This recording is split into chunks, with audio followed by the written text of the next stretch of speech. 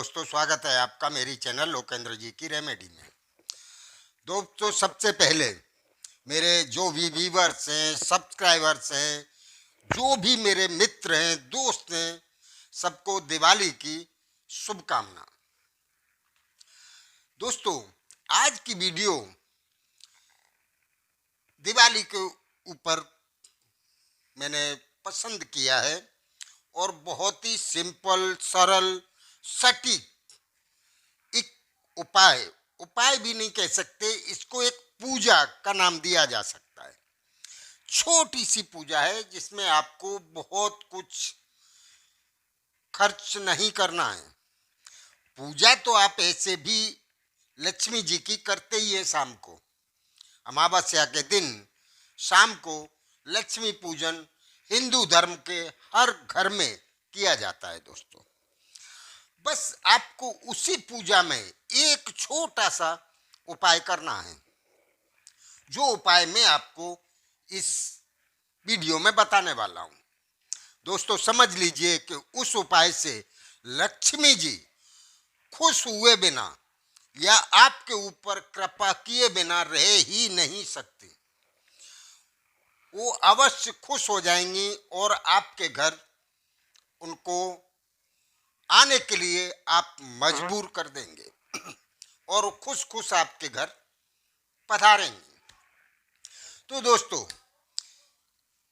सबसे पहले मैं आपको बता दूं, मेरी चैनल में जो भी नए व्यूवर आए हों, मेरी चैनल को सब्सक्राइब अवश्य करें और लाइक करना ना भूलें। उसके साथ साथ बेल बटन दबाना जरूर ध्यान रखना है, क्योंकि वो दबाने से मेरी आने वाली जो भी नई वीडियो होंगी आपको आसानी से मिल सकेंगी। तो चलिए दोस्तों, ये पूजा कैसे करनी है आपको। पूजा तो सभी जानते हैं और सब अपने अपने ढंग से पूजा करते हैं। दोस्तों, मैं आपको बता दूं, सिर्फ पूजा करना ही काफी नहीं है। पूजा में एक चीज होना बहुत ही आवश्यक है। सोचिए दोस्तों, जिस देवी देवता को हम प्रसन्न करना चाहते हैं, क्या हम उसको कुछ दे सकते हैं? नहीं ना। तो जब हम उसको कुछ दे नहीं सकते तो हमें बहुत सारे आडंबर की कोई जरूरत नहीं है।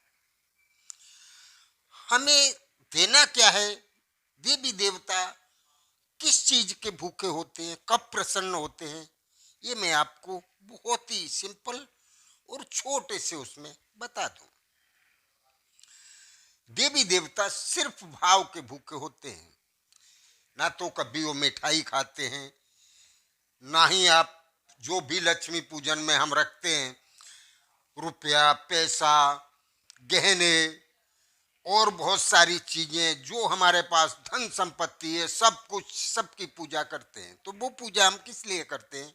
वो देवी देवता के लिए नहीं, वो सिर्फ हम अपने लिए करते हैं। दोस्तों, देवी देवता हमेशा शास्त्र सम्मत बात है और कितनी बार ये बात सच हुई है, वो सिर्फ भाव के भूखे होते हैं। तो हमें कोई भी पूजा, जब भी हम पूजा करें, तब हमें निश्चल भाव से, भाव, पूरी श्रद्धा और पूरा विश्वास रख के ये काम करना चाहिए। पूजा करते समय हमारे मन के अंदर कोई भी विकार होने नहीं चाहिए।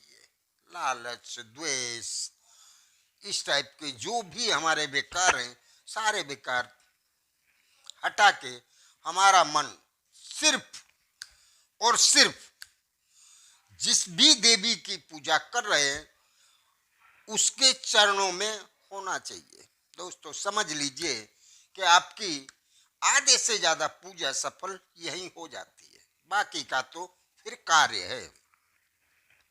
देवी देवता इसी पे प्रसन्न हो जाते हैं।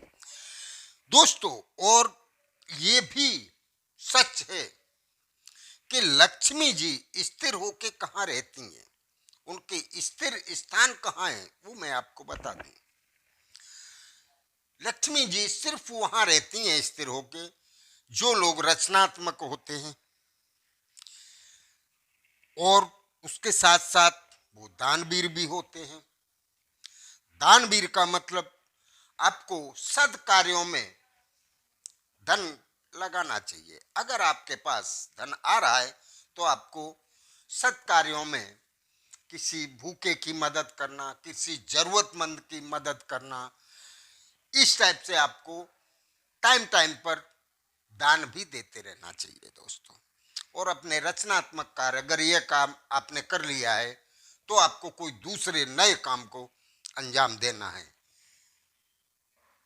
ठीक है दोस्तों, तो चलिए अब अपने पूजा कैसे करनी है। आपको सबसे पहले शाम को, अमावस्या की शाम को लक्ष्मी पूजन जब होता है, आपको नहा धो के स्वच्छ होके अपने पूजा स्थान में जाना है।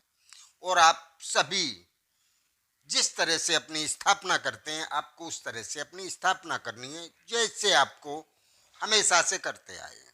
उसमें आपको नया कुछ नहीं करना है, बस उसमें इतना करना है, आपको एक गुलाब के इत्र की शीशी लानी है।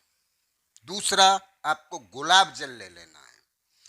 तीसरा, आपको गंगा जल भी ले लेना है। ये 3 चीज आपको अरेंज करनी है। और दोस्तों, लाल कपड़े के ऊपर माता लक्ष्मी की आपको स्थापना करनी है। घी का दीपक जलाना है और बाकी के सारे दिए आप जलाते हैं, क्योंकि दिवाली के दिन अक्सर लोग अपने पूरे घर में उजाला रखते हैं, कहीं भी अंधेरा नहीं होना चाहिए, ये बात हम सभी जानते हैं। ये करने के बाद आपको जो भी मिठाई है, जिस तरह से भी आप जो भी आपका व्यवस्था है वो सब आपके पास होगी। महत्व इसमें सिर्फ इन 3 चीजों का मैं आपको बता रहा हूं। सबसे पहले आपको गंगा जल छांट देना है, से स्थान पवित्र हो गया। गुलाब जल भी छांट देना है। और जो गुलाब का इत्र है दोस्तों, सबसे पहले आपको माता लक्ष्मी की प्रतिमा पे छांटना है।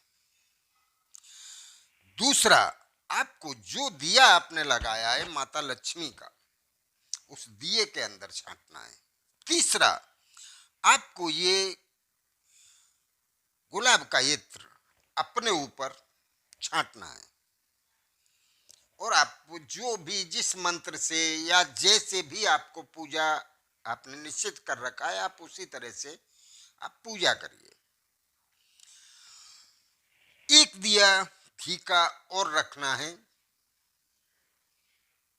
आपको वहां। जो आप पूजा में से जब उठेंगे तब आपको अपनी चौखट पे एक छोटी सी बाटकी में चावल भर के और उस चावल के ऊपर उस दिया को रखना है। और पूजा पूरी होने के बाद आपको चौखट पे लगा देना है। और वहां भी आपको गुलाब का इत्र उस दिए में छांट देना है। दोस्तों, गुलाब का इत्र आपको घर में उस सभी जगह छांटना है जो जगह महत्वपूर्ण है, वो मैं आपको बता देता हूँ। गुलाब का इत्र आपको अपने रसोई घर में, जो आपका स्टैंड होता है किचन का, आज तो उसको रसोई की जगह किचन का नाम दे दिया गया है, तो हाँ आपको छांट देना है।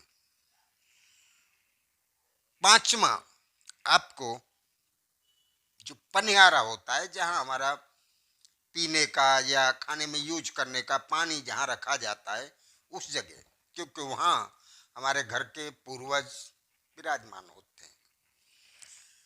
और छठा, आपको गुलाब का इत्र अपने धन स्थान में भी छांटना है।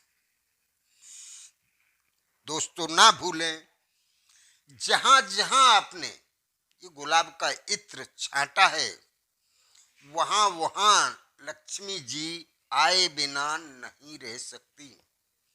वो अपने आप को नहीं रोक पाएंगी और वो वहां अवश्य ही उनका आगमन होगा।